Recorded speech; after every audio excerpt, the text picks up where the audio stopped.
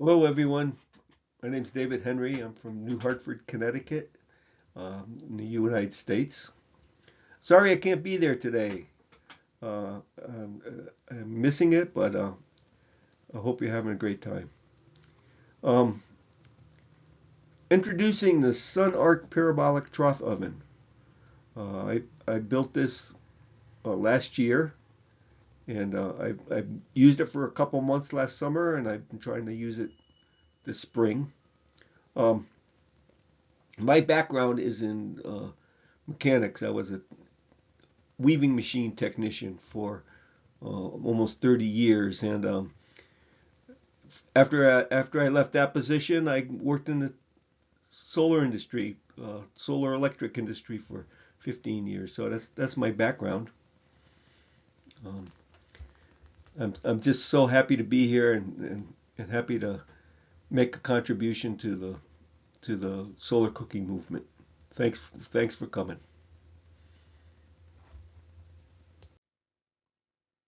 Key points of the Sun Arc oven. It's a linear reflective parabolic trough.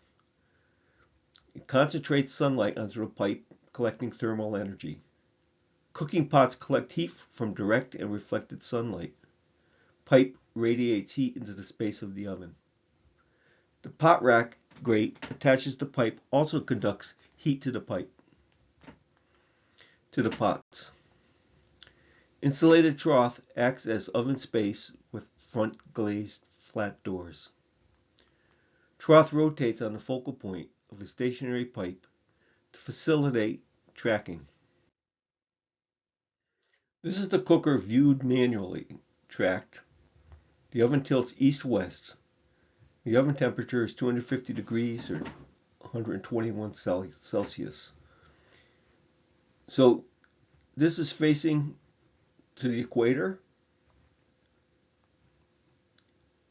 and it tilts east and west.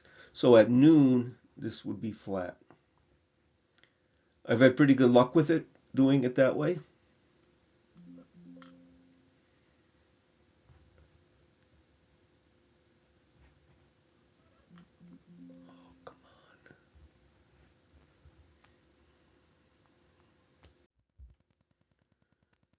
The stationary 3/4 inch pipe, shown here, acts as a structural support, holds the pot rack and the parabolic oven body. The pivot point for the oven body is the focal point of the parabola. The absorber is painted flat black. There's room for three 8-inch pots in here, so it's pretty roomy.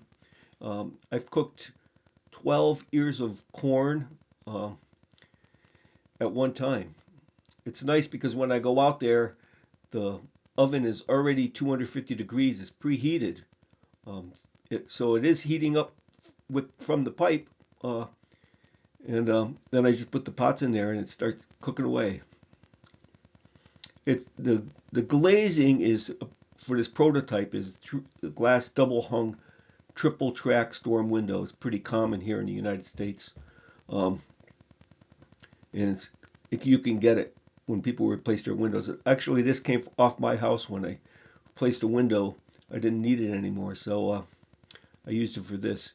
It's convenient because it slides both ways. I could reach in this way, can reach in this side or the other side, and but it's not waterproof and it's not air sealed. So I do lose heat from it, and I have to cover it when it rains, which has been raining a lot lately. Um, if you're going to build one of these, you start out with a window, and then you can make your parabola um, from that from this width. What I want to do here, my next project with this thing is to drill holes on the bottom of this area and on the top on this area so that the air will come into it, be heated, and be transferred to the pots. So that's my next project.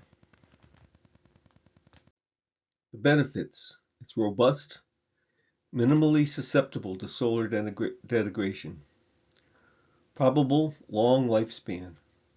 The internal parabolic reflector resists wind and dust. Simple one-piece parabola could be produced on site. Components may be locally obtainable.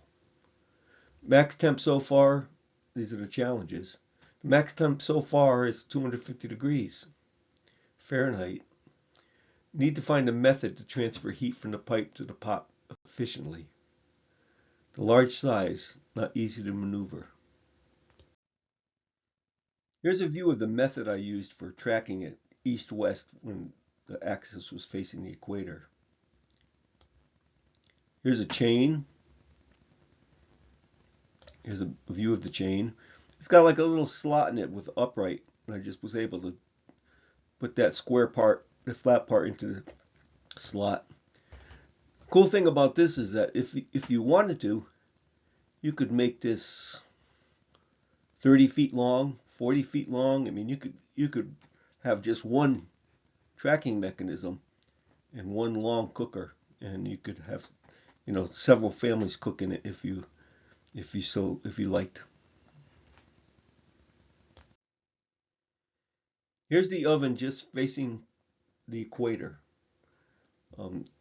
Doing it this way, you can just minimally adjust the angle, just once or twice a day, and it's pretty efficient that way too. So it could almost be stationary.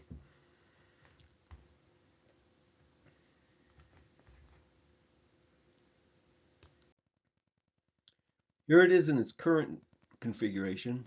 I built a manual tracker for it. Here is a bearing here. I used an old car wheel bearing that was still good, not good for a car, but it was making noise. And then wheels, and this whole thing spins on this base of a reel for a wire spool. Here you can see the two front casters. I have the sun angle and scope, and the sunlight comes through here and it lines up on the other side on another hole, and I just line those up, turn the crank, line it up, move it around, and it works pretty good. It's though I've only been able to cook like 3 times on a partly cloudy day, so it hasn't really been tested. We've had some crazy weather here. Things have changed quite a bit, and we're getting a lot of rain this spring. That we usually get quite a bit of sun this time of year. Anyway, that's how it's working, and if it works out good this way and it improves the performance, I'm going to put a motor on one of these wheels or both of them, and a control for the tilt also, and make it completely automated.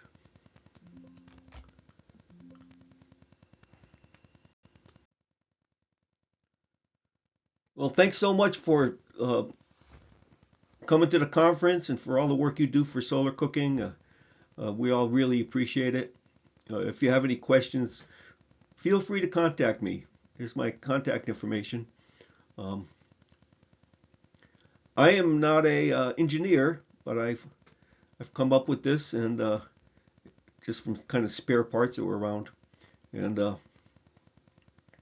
hopefully this is helpful for the solar cooking movement. Thanks again.